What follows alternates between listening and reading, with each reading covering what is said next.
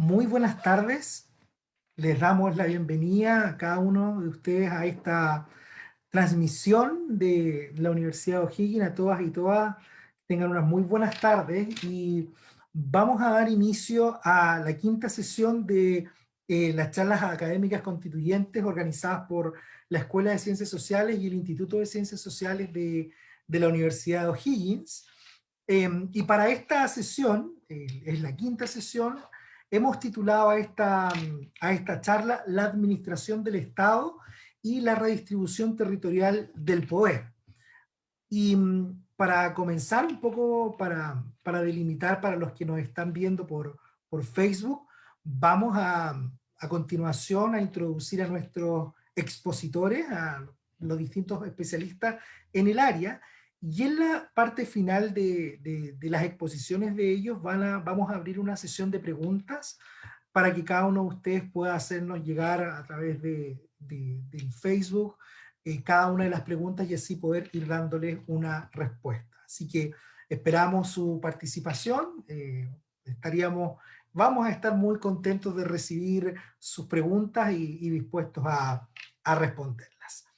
Así que sin más preámbulo, hoy vamos a entrar a cada uno de los expositores. Bueno, en primer lugar también, antes de entrar a los expositores, me presento, mi nombre es Juan Pablo Araya, soy profesor y en este momento jefe de la carrera de Administración Pública de la Universidad de O'Higgins, y por eso tengo el privilegio también de poder moderar esta sesión que por lo pronto sé que va a ser de mucha importancia para todos los profesionales, académicos y académicas del área de la administración y políticas públicas, y también al público en general en este contexto bastante importante y único de la discusión con respecto a la reforma constitucional.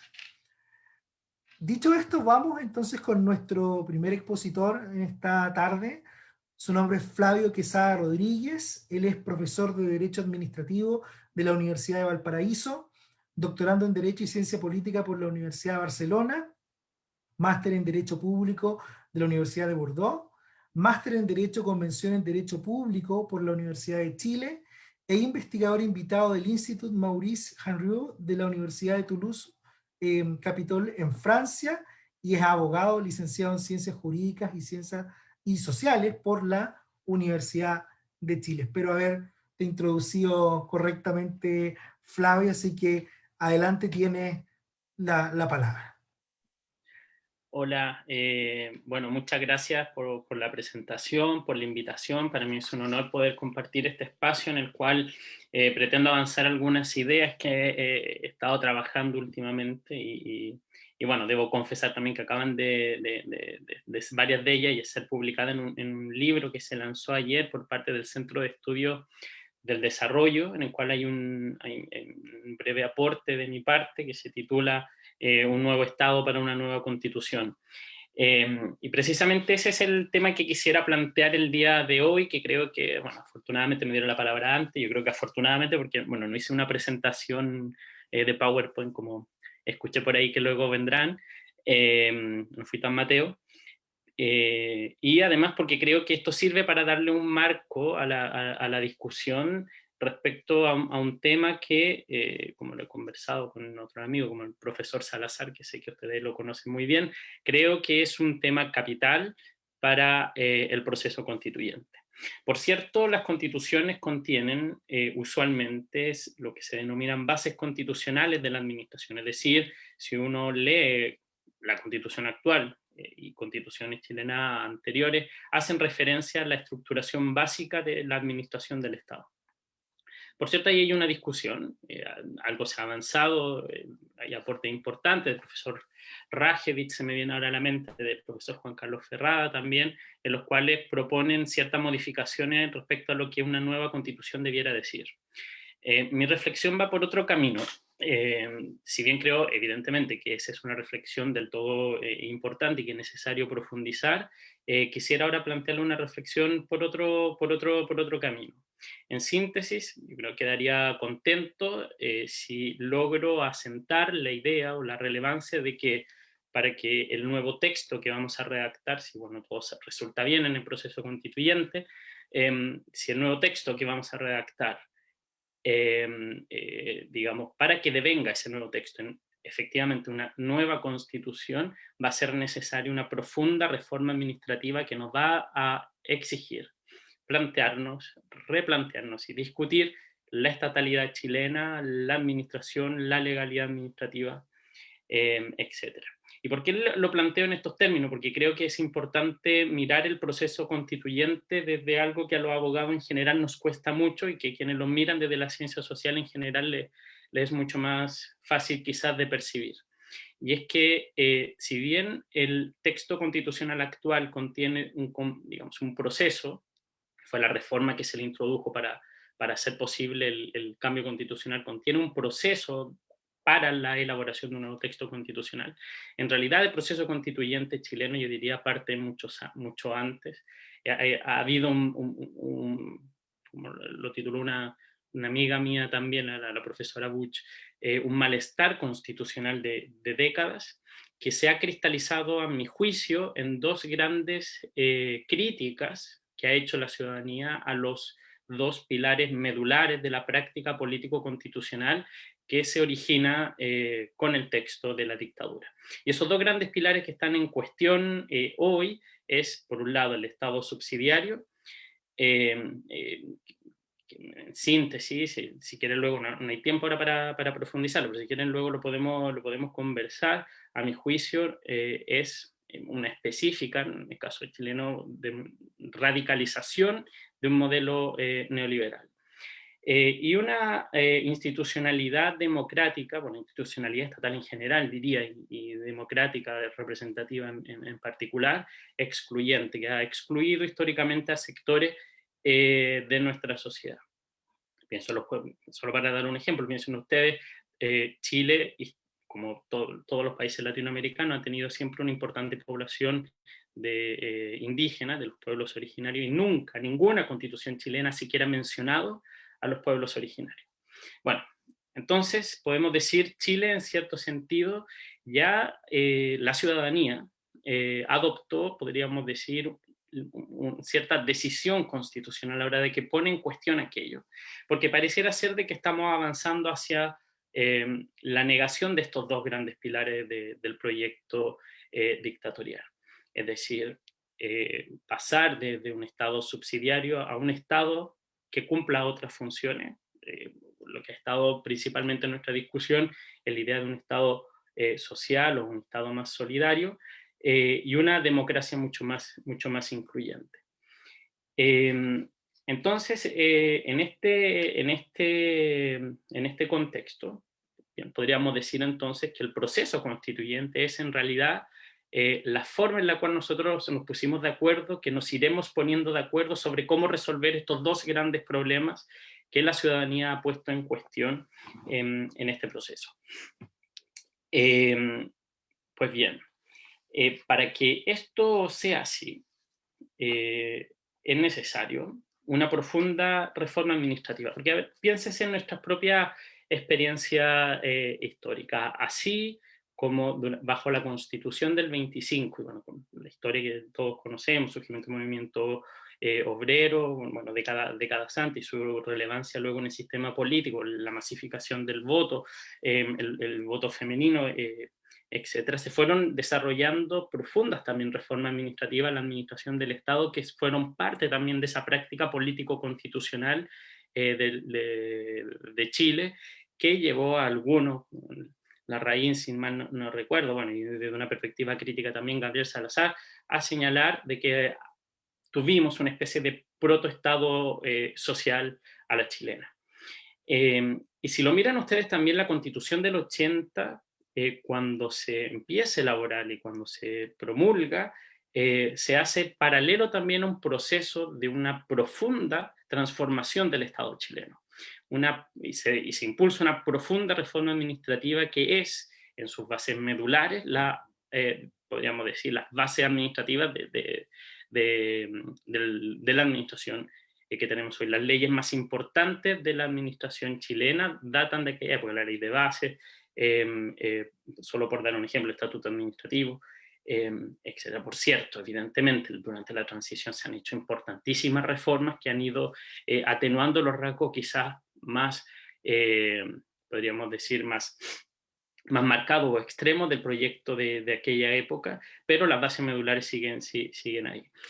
Sea como sea, el diagnóstico que uno tenga de esto, lo relevante a mi juicio es constatar, y bueno, evidentemente Chile no es el único ejemplo, pero en la historia de Chile se evidencia, a mi juicio, que una nueva constitución, un nuevo texto, para que devenga genuinamente una nueva constitución en el sentido de constitución política, de que nos constituye como comunidad, que constituye lo público y en consecuencia también la propia estatalidad, requiere una profunda también reforma administrativa. Así fue durante la Constitución del 25, así fue con la Constitución del 80, y creo esto va a ser necesario también con, digamos, con la nueva Constitución. Es decir, el problema de la reforma administrativa no se agota solo en lo que podría decirse las bases constitucionales de la administración, es decir, el específico articulado que contendría el nuevo texto de la nueva Constitución, sino en cómo se pasa, podríamos decir, del papel, que el papel es solo papel, a la realidad efectiva en la constitución de una nueva legalidad que vaya más allá de la legalidad neoliberal que caracteriza, creo, a la estatalidad chilena. Evidentemente, sé que esto es un tremendo tema, da para mucho, bueno, espero después el debate pueda dar lugar a profundizar en más aspectos. Bueno, entonces quisiera volver a insistir en la centralidad del problema que estoy tratando de explicar hoy. En el fondo es cómo hacemos de la decisión política de la ciudadanía, y en cierto sentido más o menos ya está adoptada, se va luego a entender plasmada en un texto, pase a la realidad, es decir, cómo pasamos del texto a una realidad que resulte perceptible en la cotidianidad de las personas. ¿Y por qué creo que eso es relevante? Porque una constitución política que constituye genuinamente, si queda en el solo papel, no va a cumplir ese rol político que nosotros esperamos que cumpla. Pero bueno, entonces, ¿cómo avanzar hacia allá? En ese trabajo, bueno, es un ensayo, son alguna idea inicial, en varios aspectos son intuiciones que no he podido trabajar de forma quizá más profunda. Avanzo algunas ideas, no alcanzar a desarrollarlas acá todas, pero voy a mencionar las centrales. Primero, creo que es fundamental robustecer el Estado y dotarlo de un despliegue territorial que sea capaz de actuar de forma eficaz y contextualizada a la diversa realidad local que existe en Chile. No voy a profundizar, pero me parece obvio de que la realidad local de cada una de las regiones, de cada una de las ciudades en Chile es muy distinta, e incluso dentro de las propias ciudades también lo es.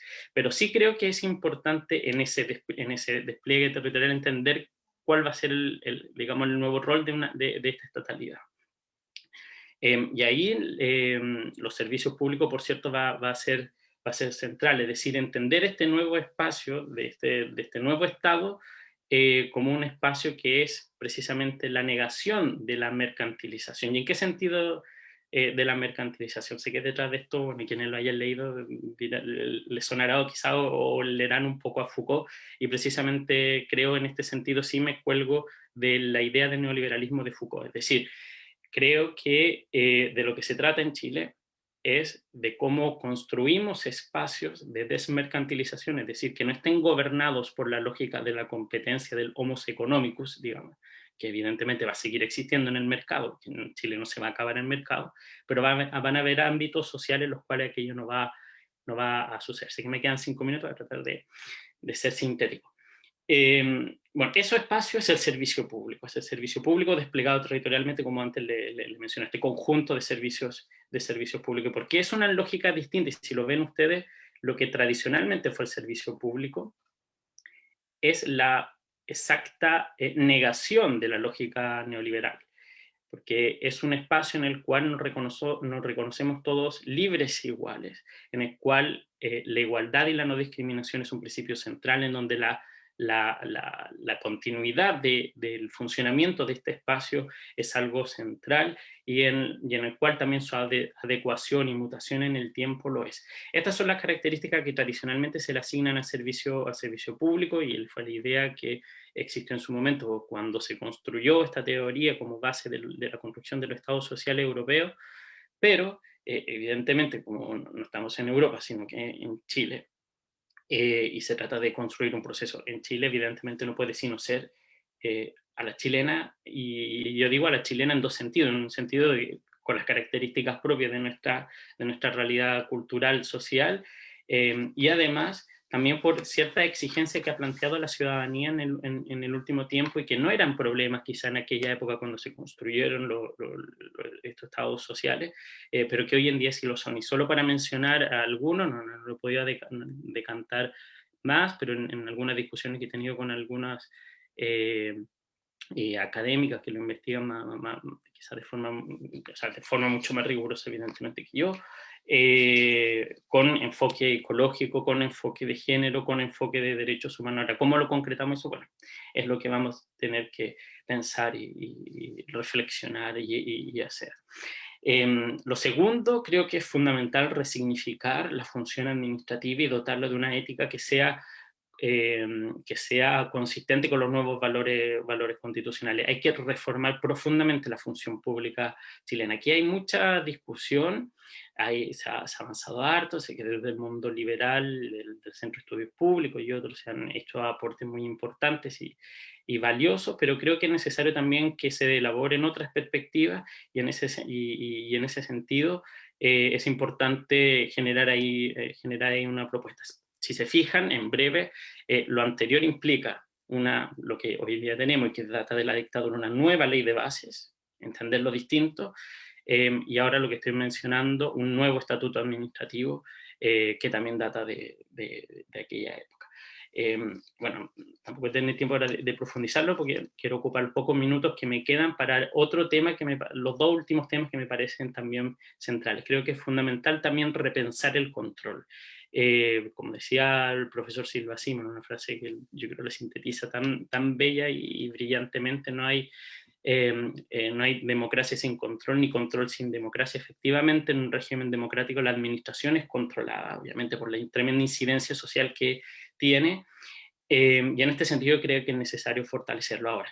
El control de la acción administrativa en el contexto de los estados liberales y estados más pequeños estuvo centrado en su formalización, en la formalización de la actuación administrativa para su control. Es decir, bueno, primero fue toda la teoría del acto administrativo, formalizar cómo actúa el Estado a través del acto administrativo que permitía que el juez administrativo lo controlase. Siguiente paso que vino luego al principio del siglo, la primera mitad del siglo XX, la primera ley de procedimiento administrativo, la austríaca, y de forma muy influyente luego en Latinoamérica, la española, de los 50, fue formalizar la etapa previa. Entonces se formaliza cómo se adopta la decisión, se formaliza la decisión, y luego eso permite que el juez administrativo controle. Eso sirve evidentemente en un Estado que no hace muchas cosas y que lleva adelante principalmente labores de lo que llamamos los administrativistas de policía.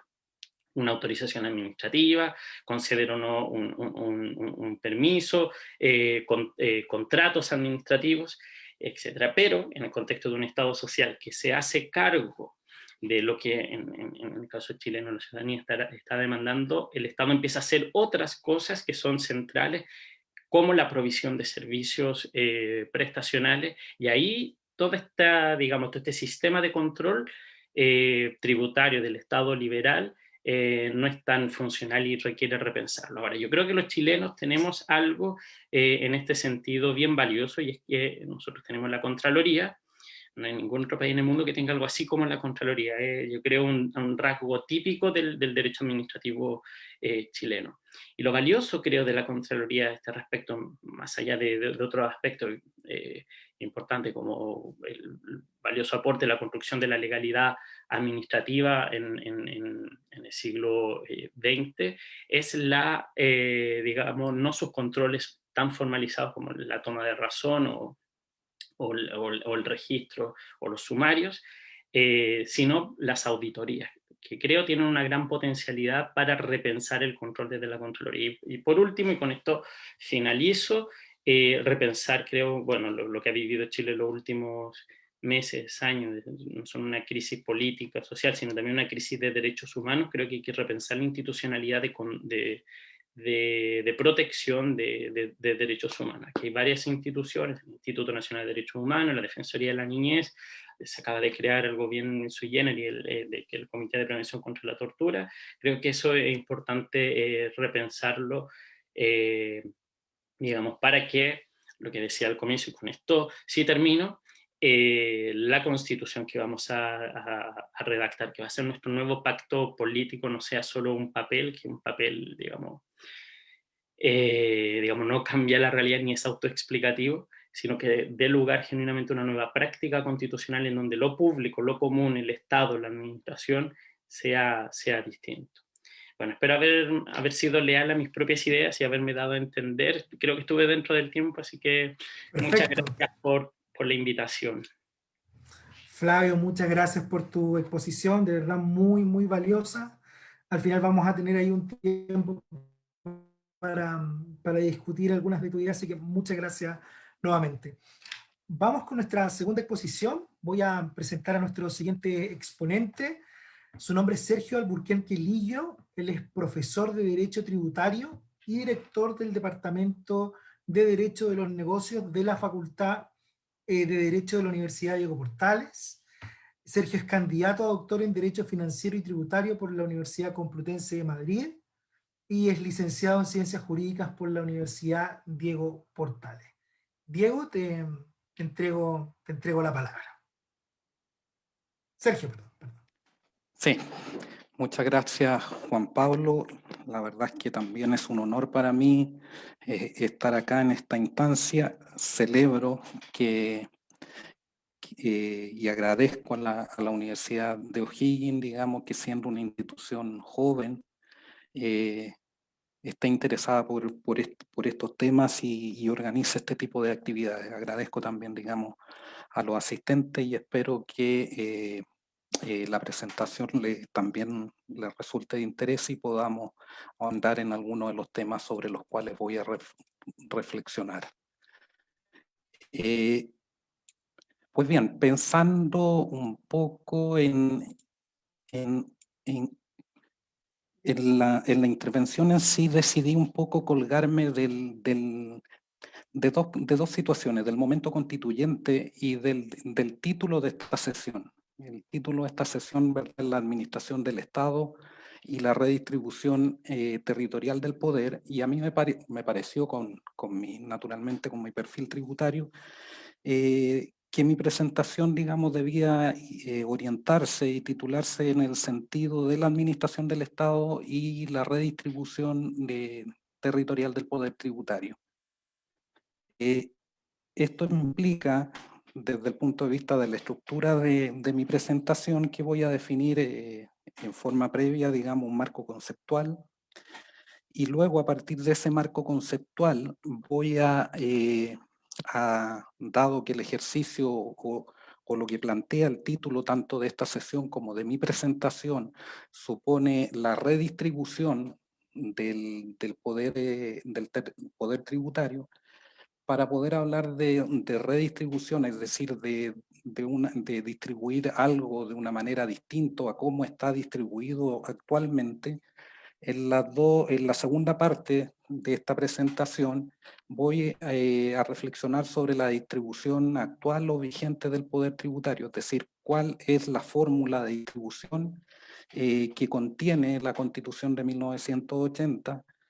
Hecho este ejercicio, ¿verdad? En una tercera parte y final voy a reflexionar también sobre la red, cómo desde mi punto de vista, y naturalmente con esto no pretendo en ningún caso agotar el tema, porque las fórmulas son diversas, pero en esta tercera parte voy a reflexionar sobre cómo desde mi punto de vista debiese redistribuirse el poder tributario en la nueva Constitución.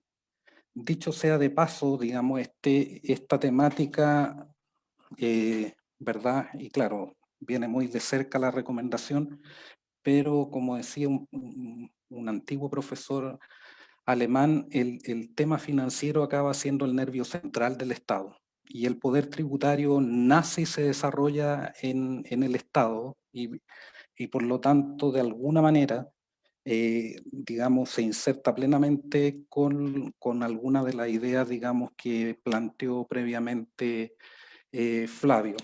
Como decía, y partiendo, digamos, en esta primera parte de mi presentación, hay ciertos conceptos claves respecto de los cuales, digamos, a nivel doctrinal no existe consenso, pero en alguna medida sí yo creo que son necesarios para entender la problemática en su globalidad. Un primer concepto al cual me gustaría referirme es al de poder financiero. Es el poder financiero, ¿verdad? Naturalmente que un poder público que nace y se desarrolla en el ámbito estatal, que comprende o se manifiesta en otros dos poderes, el poder tributario y el poder de gasto público.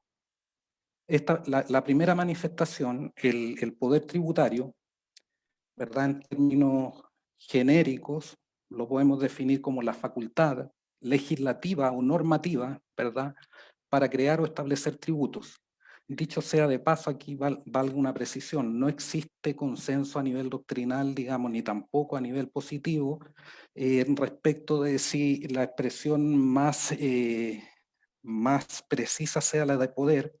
Hay algunos que prefieren hablar de potestad o de competencias, incluso de facultades, o incluso hay autores también extranjeros que lo utilizan indistintamente para referirse en cualquier caso a la facultad, o si prefieren a la titularidad, para crear, instituir o establecer tributos.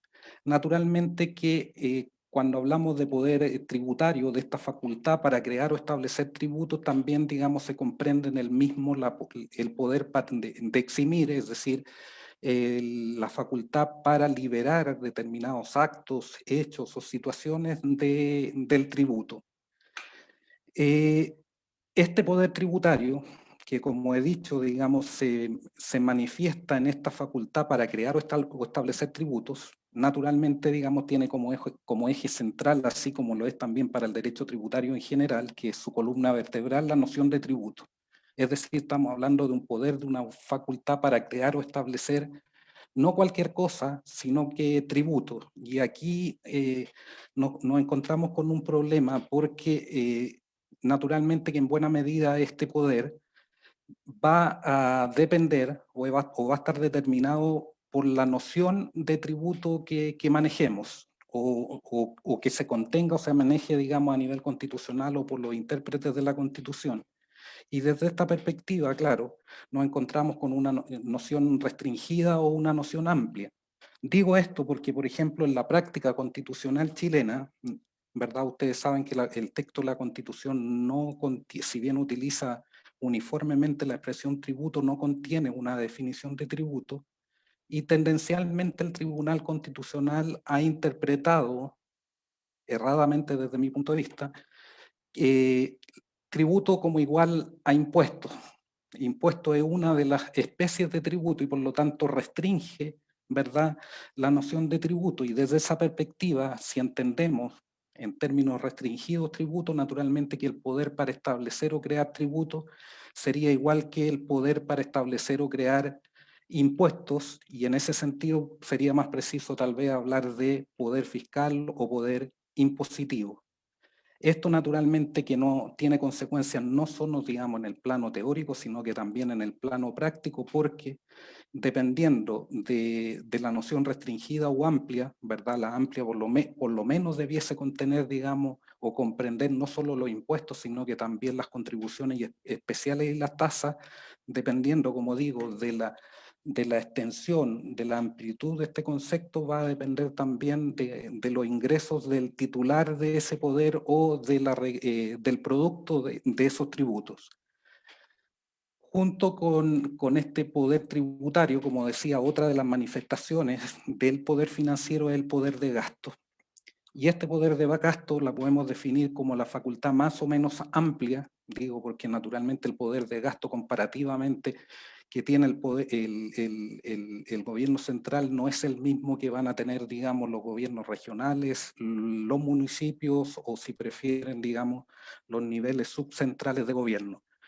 Reitero, es la facultad más o menos amplia que tienen los distintos niveles de gobierno para realizar egresos, ¿verdad?, en determinados ámbitos. ¿Qué problema coloca este poder de gasto? ¿Cómo distribuir los gastos entre los distintos niveles de gobierno?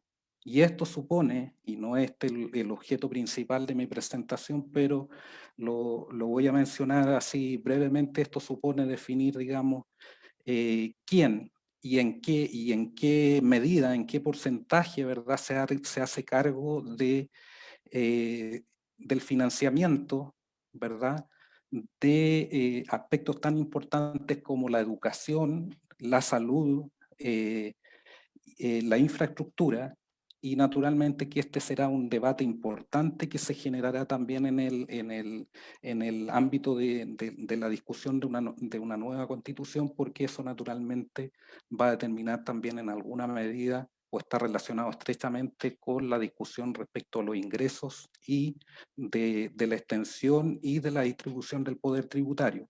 El poder de gasto también se relaciona con otras instituciones y con otras discusiones que se van a tener que generar, que, como por ejemplo la posibilidad de endeudamiento, ¿verdad? Si se va a mantener este poder, esta posibilidad de endeudamiento solo a nivel central, o se va a abrir alguna posibilidad para que los niveles subcentrales también, ¿verdad?, puedan endeudarse. Otro concepto, o también vinculado, más bien otros dos conceptos vinculados con el poder tributario, es una distinción clásica, yo diría todavía vigente, que distingue entre el poder tributario originario y el poder tributario derivado. El primero, el poder tributario originario, ¿verdad?, es el poder para establecer tributos reconocido en un precepto constitucional. Por el contrario, el poder tributario derivado es el poder de establecer tributos reconocido en una ley ordinaria. Por otra parte, tenemos otro concepto relacionado pero distinto, que es el poder para exigir el pago de los tributos. Este poder dice relación con la gestión de los tributos, con la aplicación de los mismos y más concretamente con la liquidación y recaudación de los tributos. Un último concepto que me gustaría precisar dice relación también vinculado con los anteriores, pero diferente en cuanto a su finalidad y contenido, ¿verdad?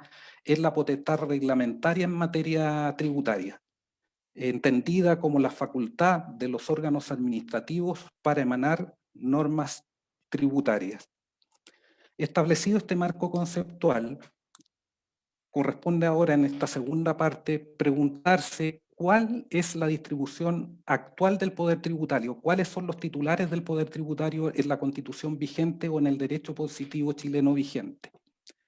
A este respecto, lo primero que hay que puntualizar es que no hay una noción constitucional ni legal de tributo, y el Tribunal Constitucional viene aplicando una noción restringida, y por lo tanto esto hace que, por lo menos desde el punto de vista de la interpretación constitucional o de la jurisprudencia constitucional, el poder tributario esté circunscrito más bien a una de las especies de tributos que son los impuestos. Por otra parte, no hay una norma en la Constitución Política de 1980 que expresamente se refiera al poder tributario y a sus titulares. Por lo tanto, el tema se resuelve indirectamente a través del principio de legalidad tributaria, que en términos concretos se materializa en los artículos 19, número 20, ¿verdad?, donde se establecen los principios constitucionales tributarios, legalidad, igualdad, no confiscatoriedad y la prohibición de afectación de los tributos. El artículo 63, que enumera las materias de ley, entre ellas la materia tributaria, y el artículo 65, tanto en su inciso segundo como en su inciso cuarto, el primero relativo a la Cámara de Origen, ¿verdad?, de la iniciativa en materia tributaria, que es la Cámara de Diputados, y el inciso cuarto relativo a a la facultad o a la competencia o a la iniciativa exclusiva del presidente de la República en materia tributaria. De estas normas se desprende que el poder tributario está confiado al poder legislativo, es decir, a los órganos colegisladores. Y consecuentemente, ¿verdad? Con ello, los niveles subcentrales, es decir, los gobiernos regionales y las municipalidades no tienen poder para legislar y por lo tanto carecen de poder tributario y solo aplican, ¿verdad? Siguiendo las textuales, los tributos. Ahora bien, desde mi punto de vista, en la práctica, en la realidad, si pudiésemos hablar en esta parte de una suerte de constitución viva o material, la situación es algo distinta respecto a de las municipalidades a partir, digamos, del juego y de la interpretación y de la aplicación práctica que se ha ido haciendo de la disposición sexta transitoria y de la ley de rentas municipales. Ustedes saben que la disposición sexta transitoria, ¿verdad? Prorrogó la vigencia de las leyes que establecían tributos de afectación, ¿verdad? Que se encontraban en vigor antes de la entrada en vigencia de la Constitución de 1980. Entre estas leyes que establecían tributos de afectación y que se encontraban en vigor por aquel entonces, estaba la Ley de Rentas Municipales. En esta ley, ¿verdad? Se establecen los principales ingresos tributarios que tienen las municipalidades y si uno, ¿verdad? Revisa en detalle esta ley de rentas municipales, por ejemplo, los artículos 6 y 7, los artículos 40, 41 y 42 que se refieren a los derechos municipales, la primera, los artículos 6 o 7 a la denominada tarifa por los derechos de aseo, uno puede concluir, y hay muy buenos argumentos para ello, que se trata de tributo más allá que el Tribunal Constitucional, digamos, por razones más políticas que jurídicas, digamos, haya llegado a una conclusión distinta. Si uno llega a la conclusión de que esos son tributos, muchos de ellos incluso podríamos decir que son tasas, ¿verdad? Habría que concluir, viendo, digamos, las facultades, las competencias que la propia Ley de Rentas Municipales confiere a las municipalidades, que las municipalidades tienen poder tributario derivado, es decir, poder para establecer o crear tributos reconocidos en una ley ordinaria, en este caso la Ley de Rentas Municipales, que como ya he señalado tiene fundamento en la disposición sexta transitoria. Esta realidad contrasta fuertemente con lo que ocurre con los gobiernos regionales, porque en este caso no tenemos una ley de rentas regionales, ¿verdad? No había una norma que estableciera tributos de afectación en beneficio de las regiones por aquel entonces y por lo tanto hoy por hoy podríamos decir que las regiones, a diferencia de lo que ocurre con las municipalidades, no tienen poder tributario ni originario ni derivado, no tienen poder para eximir, no tienen poder para gestionar tributos, incluso aquellos tributos que la Constitución, digamos, les afecta, como por ejemplo puede ser el impuesto a los casinos de juego, ¿verdad? Ni siquiera en este ámbito relativo a la gestión, ni siquiera son ellos los que recaudan, y no tan solo eso, sino que una vez recaudados, dichos tributos están condicionados, digamos, a cierta aprobación o visación de parte del gobierno central. Mostrado este cuadro, y con esto termino, mirando ahora en perspectiva, ¿verdad? Inserto en este momento constituyente y todo lo que vendrá en la discusión que ello supone, me gustaría hacer una última pregunta. ¿Cómo habría que redistribuir el poder tributario en la nueva Constitución? Partiendo de la premisa que redistribuir es distribuir algo de nuevo, es decir, distribuir algo de una forma distinta a cómo estaba distribuido. Ya vemos cómo está distribuido, digamos, el poder tributario en la Constitución vigente. Desde mi punto de vista, habría que partir de una noción amplia de tributo, es decir, que comprenda cuanto menos impuestos, contribuciones especiales y tasas. En segundo término, creo que habría que equiparar y coordinar los poderes de los municipios y los gobiernos. No me parece razonable, digamos, que exista esta disparidad en el estatuto tributario entre los municipios y los gobiernos regionales. Habrá que discutir naturalmente, digamos, qué parte le corresponde a cada cual, ¿verdad?, de los ingresos tributarios, si pueden o no establecerlos, y cómo se armonizan los poderes entre uno y otros niveles de gobierno. En tercer lugar, me parece que la distribución ha de ser distinta si lo que se pretende es una efectiva autonomía financiera. La verdad es que la autonomía política, la autonomía administrativa, el establecimiento de un principio de autonomía local en la Constitución va a servir de bastante poco si es que no se traduce, digamos, en una autonomía financiera, en una efectiva descentralización fiscal. Desde esta perspectiva, me parece que las municipalidades y los gobiernos regionales deberían tener reconocidos en la Constitución política, en la nueva Constitución, poderes para establecer contribuciones especiales y tasas. No así impuestos, ¿verdad?, que el tributo más importante, porque eso podría generar problemas de doble tributación y una dificultad importante, digamos, en armonizar los tributos. Parece que estoy un minuto para hacer. Consecuentemente, también sería razonable reconocerle poderes o potestades para eximir o gestionar y emanar normas en relación a los tributos de su competencia. Adicionalmente, si se mantiene la prohibición de afectación de los tributos, naturalmente que será necesario armonizar esta prohibición con la distribución o con esta distribución de los poderes tributarios. Es decir, desde ese punto de vista la dificultad no es tan grande porque bastaría, tal como hace hoy la Constitución respecto de la defensa nacional y de ciertos tributos que se destinan a obras de desarrollo regional o local, bastaría con establecer una exención, digamos, a favor de los gobiernos regionales y de los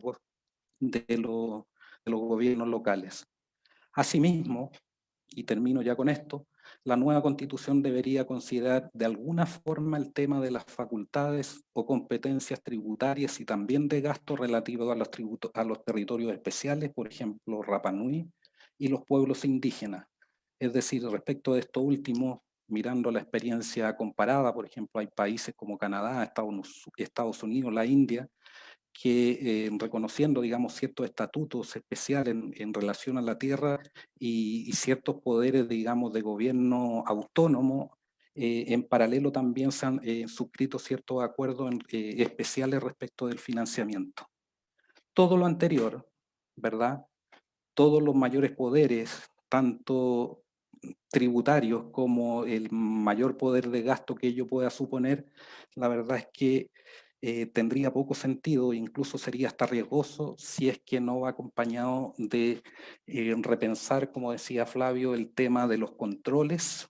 Se necesitan controles más efectivos que den garantías de eso, y adicionalmente no solo de los controles, de las responsabilidades administrativas que ello supone, pero no desde la perspectiva de lo que es la responsabilidad administrativa en términos tradicionales, que casi nunca se traduce en una reparación del daño que se genera al patrimonio fiscal.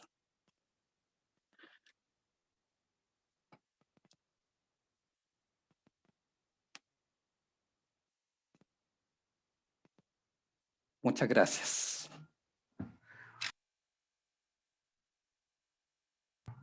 Ay, muchas gracias, Sergio, por tu presentación. Bastante interesante también. Vamos a la parte final a- a dirigir algunas preguntas a tu presentación. Así que una vez más, muchísimas gracias por tu intervención. Gracias a ustedes. Y vamos ahora con nuestra última presentación. Esta última presentación va a estar a cargo de dos profesores. Voy a presentarlos a continuación. Angie Flies Añón, ella es directora del Departamento de Ciencias Jurídicas de la Universidad de Magallanes, es magíster en tributación por la Universidad de Chile y diplomada en economía por la Escuela de Negocios de la Pontificia Universidad Católica de Chile, de profesión abogada. Y también voy a presentar a Cristian García Castillo, él es profesor de Derecho Tributario por la Universidad de Magallanes, contador auditor por la Universidad de Magallanes, fue Seremi de Hacienda y Economía, Fomento y Turismo de la región de Magallanes y Antártica. Así que les doy la la palabra para iniciar esta presentación. Muchas gracias, Juan Pablo. Agradecemos nosotros también, junto al profesor García, la oportunidad de participar en esta actividad de la Universidad O'Higgins y poder contribuir en las discusiones que se han abierto en este contexto histórico, ¿cierto?, de la redacción de una nueva Carta Constitucional.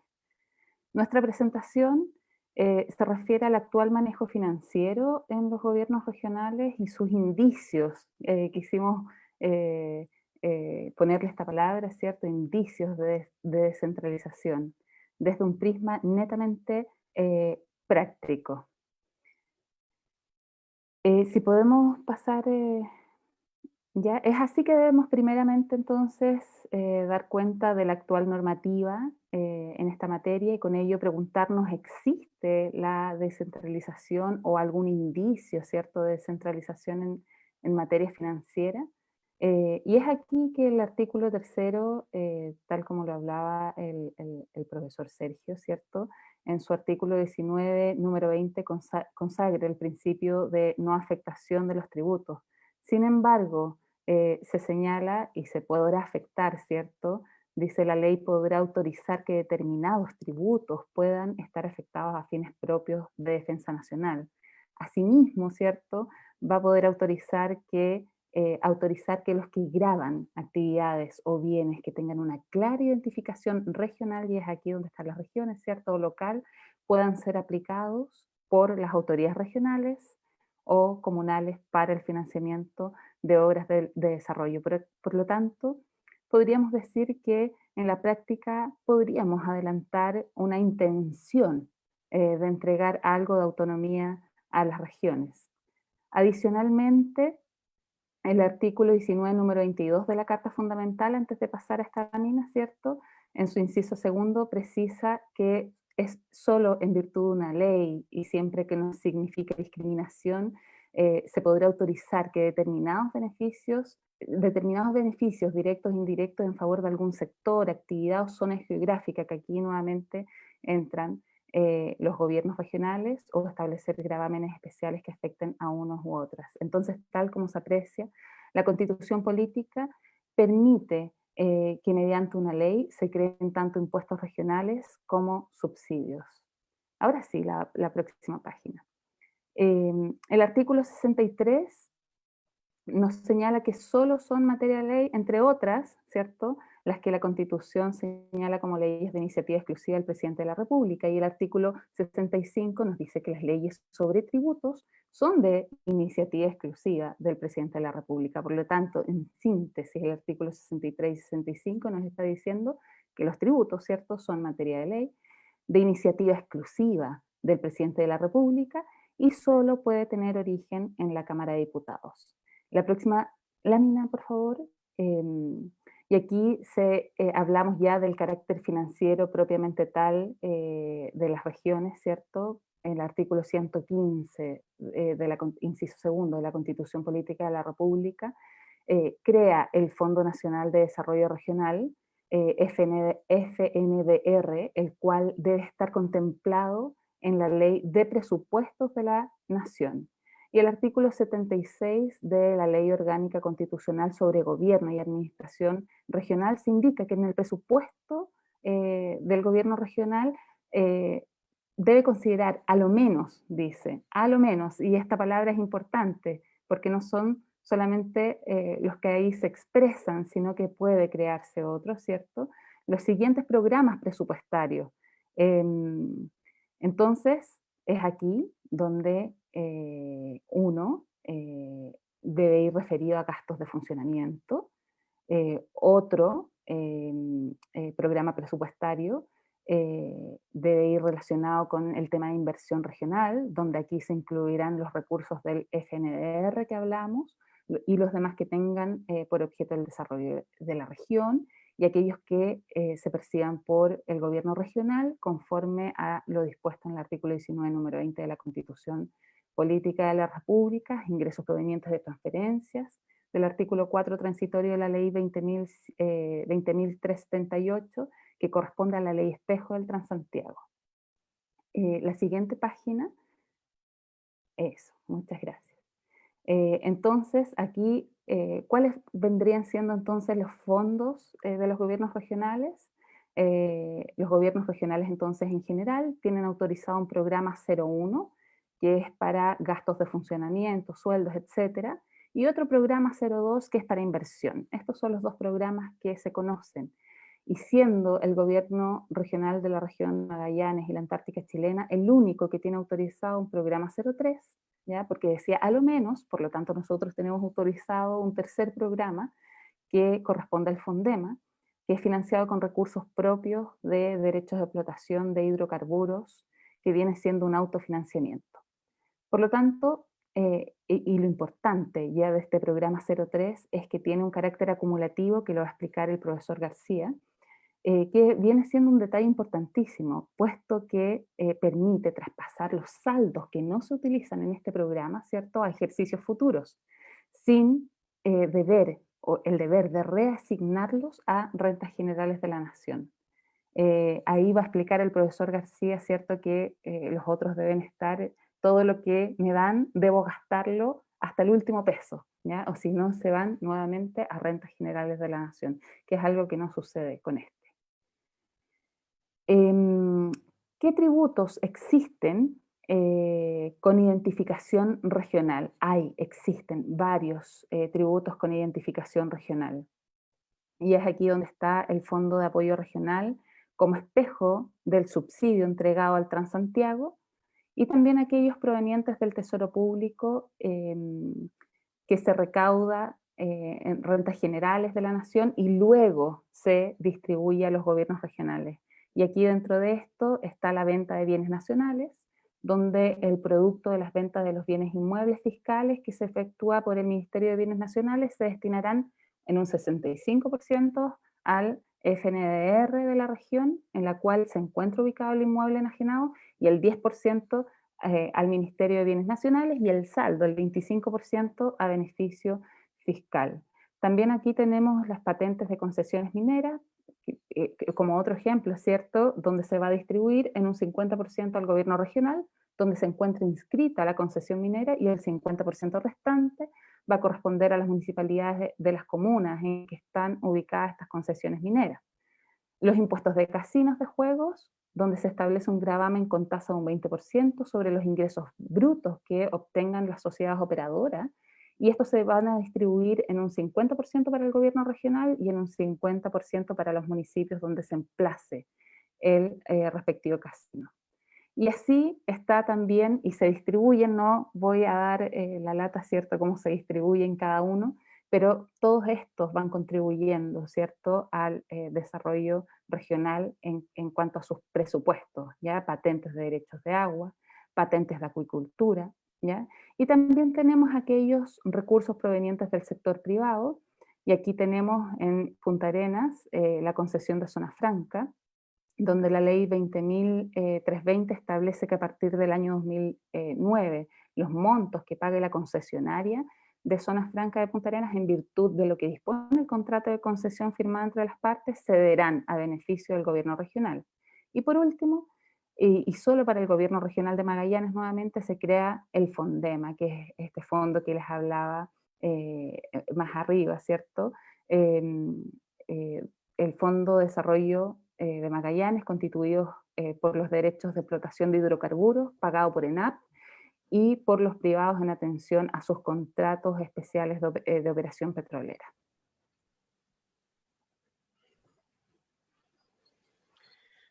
Bueno, sigo yo. Buenas tardes. Agradecer también la oportunidad de exponer. Y para continuar con la idea que está desarrollando Angie, hay que señalar que el gobierno regional es un órgano dual. ¿Sí? Y es un órgano dual porque, por una parte, tiene a un gobernador regional, que es el órgano ejecutivo, y por otro lado tiene a un consejo regional, que es un órgano normativo. El consejo regional está compuesto por varios miembros electos por la ciudadanía. El gobernador regional lo vamos a tener electo a partir del 11 de abril. En la actualidad quien ejerce esa función es el intendente de la región, y el intendente de la región hoy día, en tanto órgano ejecutivo del gobierno regional, tiene una serie de funciones. En el futuro estas funciones las va a tener el gobernador, y lo que le corresponde al gobernador, por lo tanto, va a ser presidir el consejo regional, ser el jefe de los servicios administrativos del gobierno regional, administrar los bienes y el patrimonio del gobierno regional, pero, y aquí está lo más ejecutivo que quizás hace, que es proponer la distribución de los recursos que tiene el gobierno regional para inversión, instrumentos de gestión también, la suscripción de convenios y otros contratos. La pregunta es: ¿a quién se los propone? Se los propone al Consejo Regional. El Consejo Regional, por lo tanto, es el ente que dirime, y el Consejo Regional como tal es un órgano colegiado. No es que cada consejero regional actúe autónomamente, tiene que actuar en el colectivo de este Consejo Regional. Su función es fiscalizar al gobernador regional. Ahí hay una función de control, a lo que se refería Sergio, de que está bien que exista mucha autonomía, pero no hay que perder de vista el tema de los controles. Este es un ejercicio de control. Y el Consejo Regional lo que hace es resolver todas las propuestas del gobernador regional. ¿Cuáles propuestas? La de la distribución de los recursos, es decir, en qué se va a invertir, los instrumentos de gestión, es decir, estrategia de desarrollo regional, planes de ordenamiento, etcétera, suscripción de convenios y otros contratos.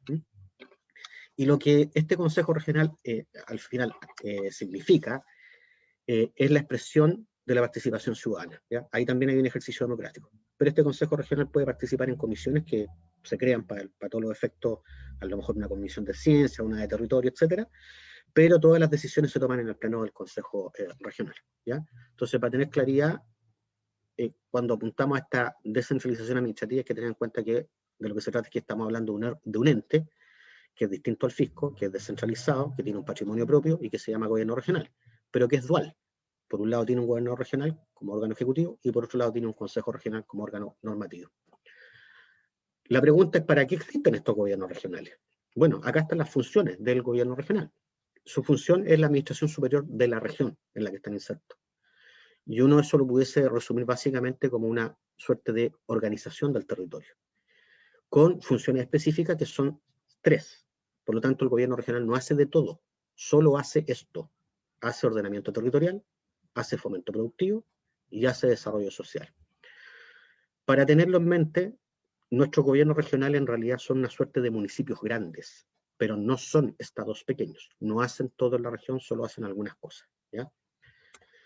Y para poder hacer esto necesitan ingresos, evidentemente. Esto no se hace de la nada, se necesitan recursos, pero esos ingresos los tienen que gastar, que era lo que se mencionaba como, la Angie mencionaba como los gastos de funcionamiento, pero también los programas de inversión. Y todo esto enmarcado en un sistema de gestión. Este sistema de gestión es a lo que Sergio se refería con este modelo financiero, ¿eh? Y lo vamos a ver a continuación con cómo funciona finalmente, que es la expresión está en la ley de presupuesto. Los gobiernos regionales tienen un patrimonio y ahí además, bueno, hacen su inversión regional, pero básicamente Angie señalaba de que la ley le autoriza tener un programa para gastos de funcionamiento, pero ese gasto de funcionamiento viene asignado en la ley de presupuesto. No es que puedan salirse de ese marco. En la ley de presupuesto es que se le entregan los recursos y además se le autoriza para gastar en tales o cuales partidas, en tanto funcionarios, en tanto sueldo, tanto en arrendamiento de bienes, etc. Pero a su vez hay otro programa, Magallanes tiene un 03, pero al final todos funcionan, todos los siguientes programas funcionan como de la misma manera, que son básicamente fondos de inversión y que están compuestos por el Fondo Nacional de Desarrollo Regional, el subsidio del espejo, el Transantiago, transferencias que se pueden hacer directamente en esta misma ley de presupuesto, los ingresos propios que puedan generar los gobiernos regionales y los llamados impuestos regionales, que está bien la precisión que hace Sergio, en realidad esto, uno debe hablar de tributos regionales, porque estos no son propiamente impuestos en muchos casos, ¿eh? Pero en esta inversión regional, el gobierno regional tiene decisión solamente respecto de estos programas que son sus fondos de inversión, ¿ya? Es decir, el gobierno regional solo va a tener decisión y el gobernador regional va a poder proponerle al Consejo Regional y el Consejo Regional aprobar inversiones que tengan relación con los fondos que ellos manejan. Los fondos que manejan otras carteras, el gobierno regional no tiene nada que decir. Puede ocurrir, eso sí, que el gobierno regional firme un convenio de programación con otro ministerio, ¿ya? Y entre los dos financian una determinada inversión. En ese caso, el gobierno regional tiene decisión en la inversión que se va a hacer. Pero, sin embargo, existen otra multiplicidad de fondos sectoriales que los ministerios y las carteras y los distintos servicios públicos tienen asignados también en la ley de presupuesto, y esas inversiones no necesitan ser consultadas al gobierno regional, ¿ya? De manera que aquí tenemos un problema que también hay que revisar en la Constitución, porque al gobierno regional está bien, le hemos acotado las funciones a ordenamiento territorial, a fomento productivo y a desarrollo social.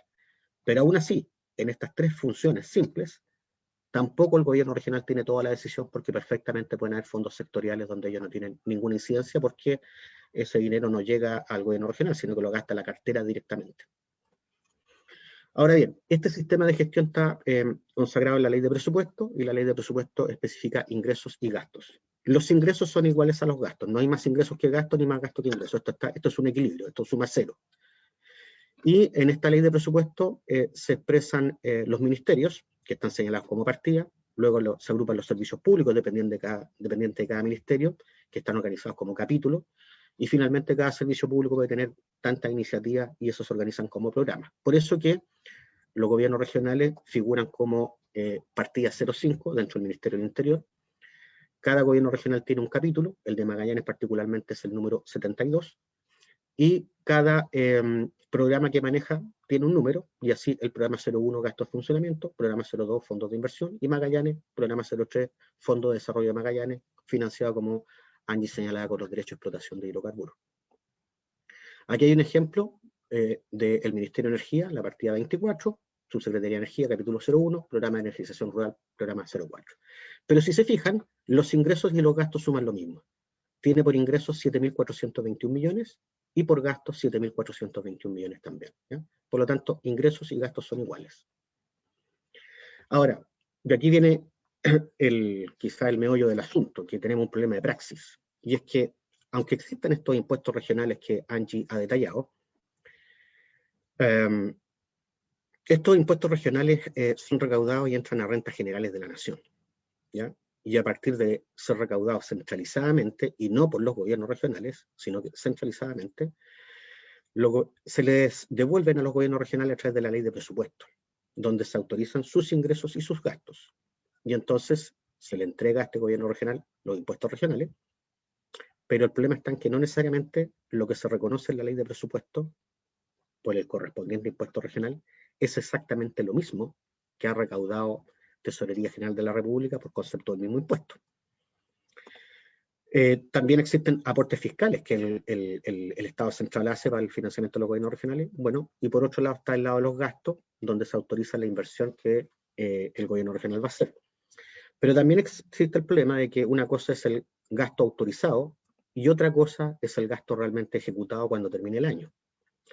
Y puede ocurrir entonces que la ejecución presupuestaria de un gobierno regional sea inferior al presupuesto de gastos autorizados, y entonces le va a quedar un saldo. Ese saldo tiene que devolverlo a rentas generales de la nación. Por lo tanto, ¿qué problemas vemos aquí? Que el monto que recauda, que se recauda por impuestos, estos impuestos regionales o estos tributos, no es conocido por el gobierno regional, por lo tanto no tiene cómo saber cuánto pagó el casino de juegos, por ejemplo, porque no se lo paga al gobierno regional, se lo paga a la tesorería, o cuánto se pagaron por concesiones mineras, ¿no? Y luego, la porción o la totalidad de ese impuesto regional que legalmente le corresponde al gobierno regional, en realidad es entregado por la Dirección de Presupuesto a este gobierno regional a través de una negociación en la ley de presupuesto, ¿ya? O sea, el gobierno regional está sometido, a pesar de que esos recursos son de él, están reconocidos en la Constitución, están reconocidos en la legislación, aún así es sometido a una negociación para ver si que le entregan el dinero o no. Y hay un caso particular que destacó en Magallanes, que es el Fondema, que se investigó a través de la Contraloría General de la República si es que los fondos que se habían pagado por derecho de explotación de hidrocarburos a renta general de la nación coincidían con aquellas entregadas en la ley de presupuesto al respectivo gobierno regional, y se detectaron diferencias que habían perjudicado naturalmente al gobierno regional. Bueno, y por último tenemos el problema de los saldos sin emplear que se tienen que devolver al presupuesto de la nación. Ahora bien, si nosotros vamos a construir una nueva constitución y tenemos este modelo de gestión que es la ley de presupuesto para los gobiernos regionales, a diferencia que, como hacía la diferencia Sergio con los municipios no están sometidos a la ley de presupuesto, los municipios, cada municipio elabora su propio presupuesto. Entonces, los gobiernos regionales están un poco más disminuidos en sus libertades respecto a los municipios. Y las preguntas que hay que hacerse entonces son las siguientes. Primero, si los saldos sin utilizar se devuelven o no.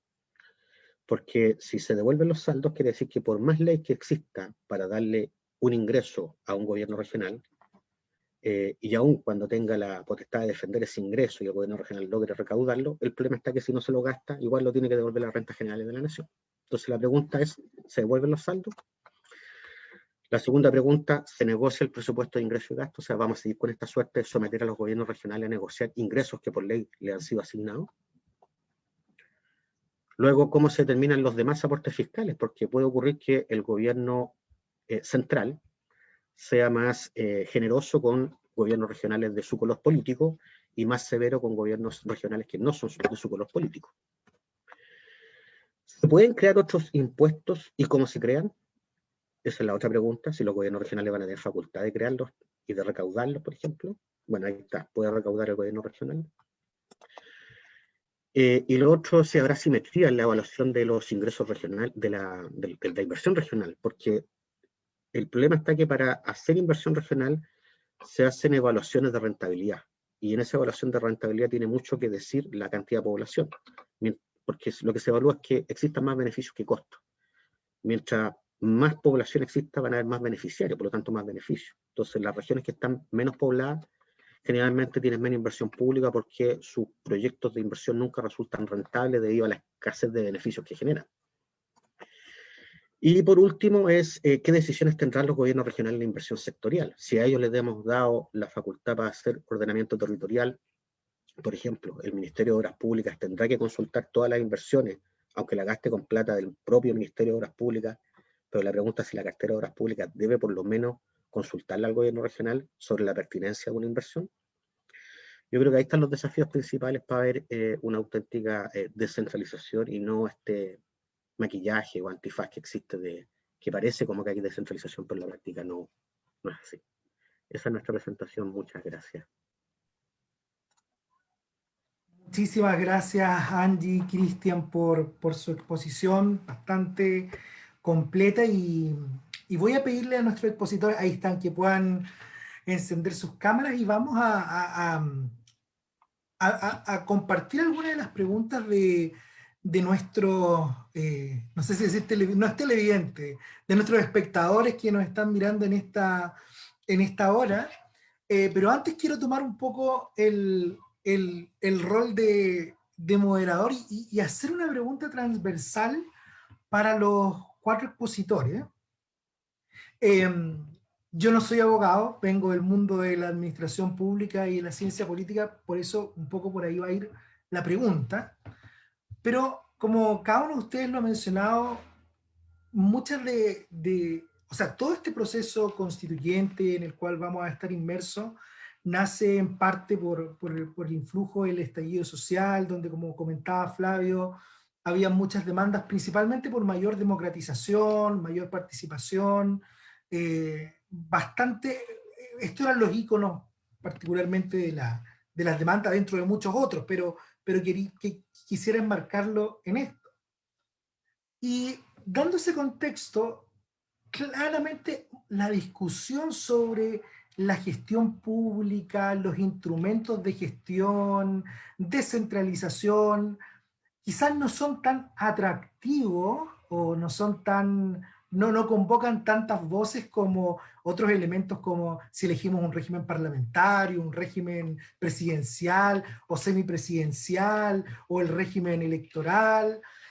Siempre ha sido un poco el tema que los temas de gestión, de administración tributaria, por ser un poco más áridos, más densos, no convocan tanto la atención de los políticos particularmente.